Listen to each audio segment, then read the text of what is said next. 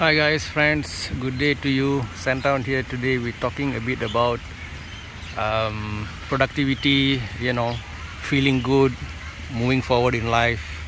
Some people talk about motivation, self-development, and that topic itself is a very interesting debate there, because there are people who are against the word motivation or self-development, media, books and so on, because it is seen as some kind of what can you say, hey, look, there's this nice I just saw a nice squirrel here.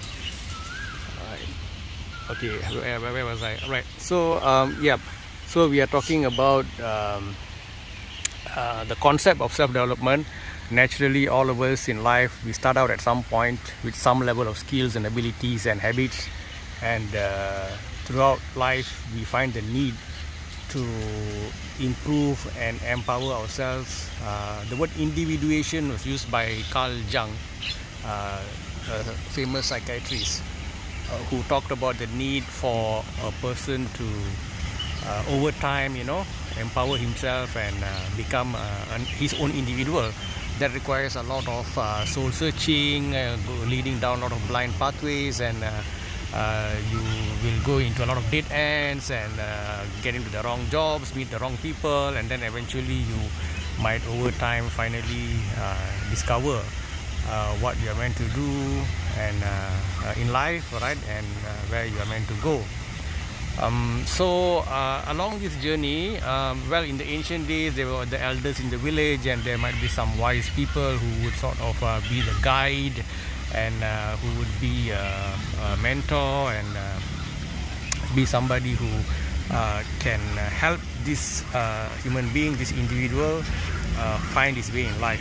Okay, but oftentimes in the modern world we find that everything, we live, many people live in a capitalistic world, so everything is money, and many times any advice given might be money based. For example, if that person is selling, let's say you are in a small town and you seek advice from an elderly person, and let's say that person sells work shirts, ties, right? Maybe he sells men's clothing, so he will say that you want to get better in your life, why don't you buy men's clothing, dress professionally, wear your tie, and in this way you will attract success, for example.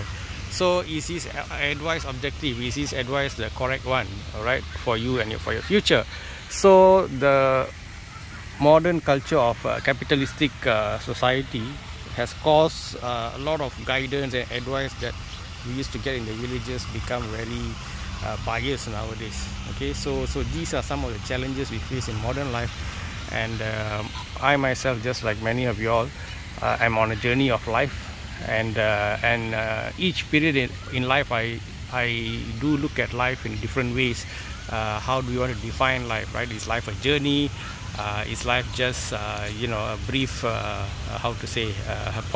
brief period of time between life and existence and disappearance from life, life and death? Or is life there are many schools of thought, right? So there are two words that sort of came to my mind today morning when I woke up.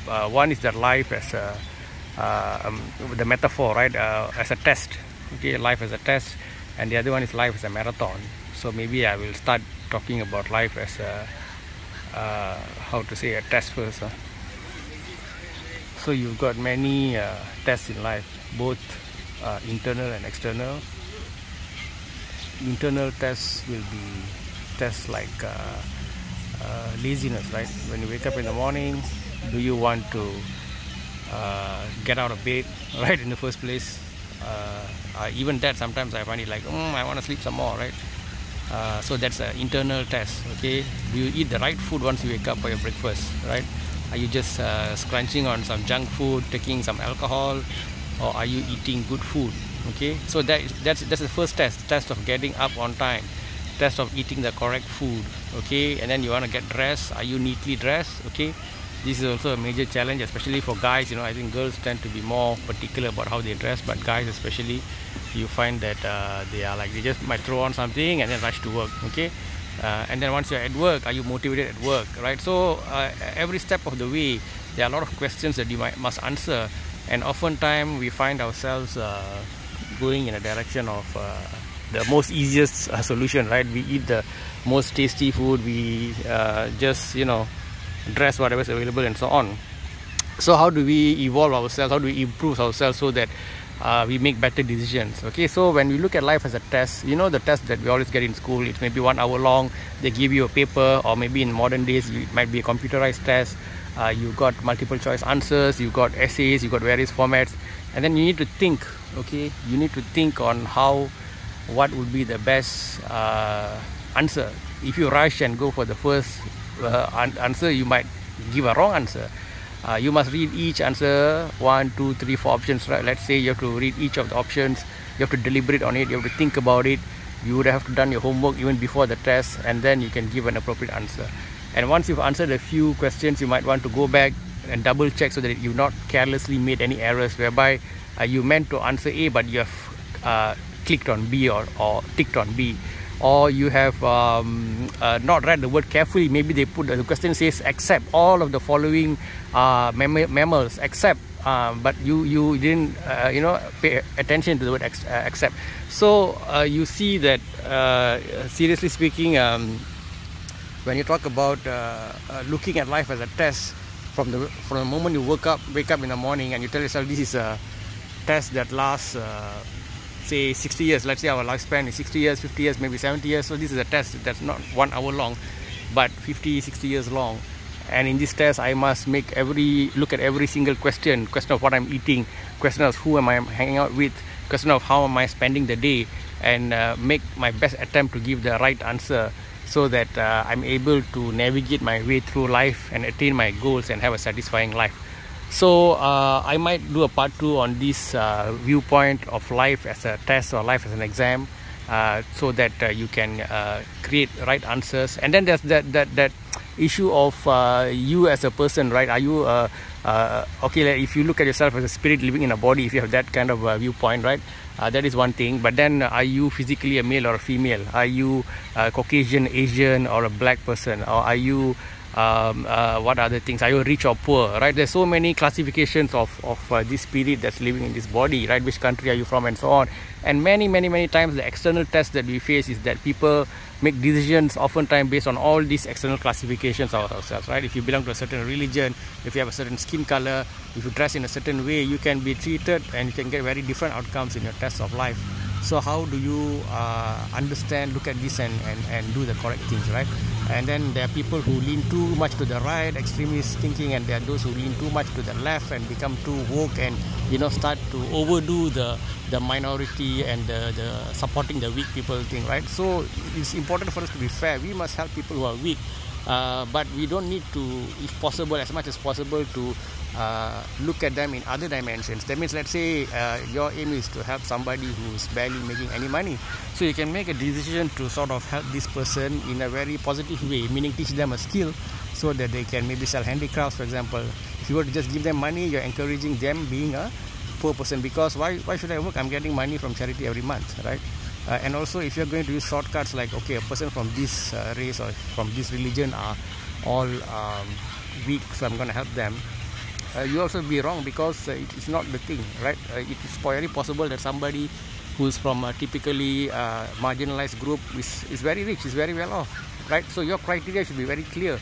If you're going to improve their financial well-being, then you need to look specifically at that, how much income they're making, and not their race, religion, sex, and so on. And then you have to make a plan so that they are able to use their own ability and skill to make consistent income, and also, if possible, help other people in the process. So as if I'm not mistaken, Bill Gates or somebody said, helping others is sometimes more difficult than earning money by yourself, right? To earn money yourself, you work hard, you show up, you can earn your salary. But helping others, you can easily fall into traps, right? So that is also a test of life, isn't it? So when you look at life as a test, there are so many dimensions to it, so many traps that you can fall in. So unless you walk through the jungle of life very carefully, looking left and right, stepping carefully on the floor of the jungle, that you might find yourself, careless people find themselves, falling into various traps along the way. So do share yourself, your opinion on life. What is your philosophical take on life, and how do you think that, what do you think is the best way to navigate through life? So my other viewpoint of life is life as a marathon. I'll talk about that in the next talk. But in a sense, if I were to summarize, if you have a philosophy of life as a test, it's just that kind of viewpoint whereby you wake up with that thought in your mind that, you know, I'm facing a test. All right, doesn't mean you have to be depressed. Test doesn't. If you prepare for your test, if you know the subject, test can be exciting, right? You're excited to give the right answers. Oh, I know what to do about this. I know how to be careful here. I know how to read the question well. Then you find that you're acing your test, right? So you wake up with that mindset, and then as you go through the day, you make small, correct, good decisions. You start with eating the right food, and then you you know, wear appropriate clothing, and you have a good mindset. Maybe you do some small exercise, and then you go to work. You might have issues with your bosses or co-workers. You think to yourself, rather than emotionally, how can I navigate this test? Okay, maybe this is a test that, you know, nature or God is giving to me. This person is always angry, my co-worker, how can I manage him? All right, so is it that, why does he get angry? Okay, maybe he gets angry when you don't fill up a form properly, or he doesn't like the way, maybe he thinks you shout a lot, for example. Also try to zoom in on that and see how you can mitigate that, so in that way you can neutralize this worker irritating you, for example. All right, so then once you go through the day, you come to your bed at night, you can think, just like when you're finishing your exam paper, you will sort of look back at all the writing you've done, all the you know, ticks that you've made in the answers. So you review back, how did I do in the morning, how did I wake up, did I do anything productive, what were the challenges, and then having sort of summarized things. You know, you can do your nightly ritual. Maybe you want to have a nice warm shower, you want to, you know, have your one biscuit and a small amount of, say, tea or milk before knocking out, and then with that you can just have your sleep. All right, then you can have your weekly or monthly review. You know, maybe on a Sunday you can just sit down and ask yourself, you know, how much have I progressed this week, right? So look back at what right decisions you made, what wrong decisions you made. Just like after an exam, you get your exam paper back, you will go through the rights and wrongs, and then prepare yourself for the next one. Okay, so that is my brief, I don't know, it's already, I think, 12 minutes plus. This is my discussion on this topic of life as a test. I'm sure many people have many things to share. I just took a break to sit in a park for a while and you know, talk about my feelings with you all. I think the life as a marathon will be interesting as well, and you guys might have your own philosophies. Do share. Otherwise, thanks, take care, bye bye from scenthound.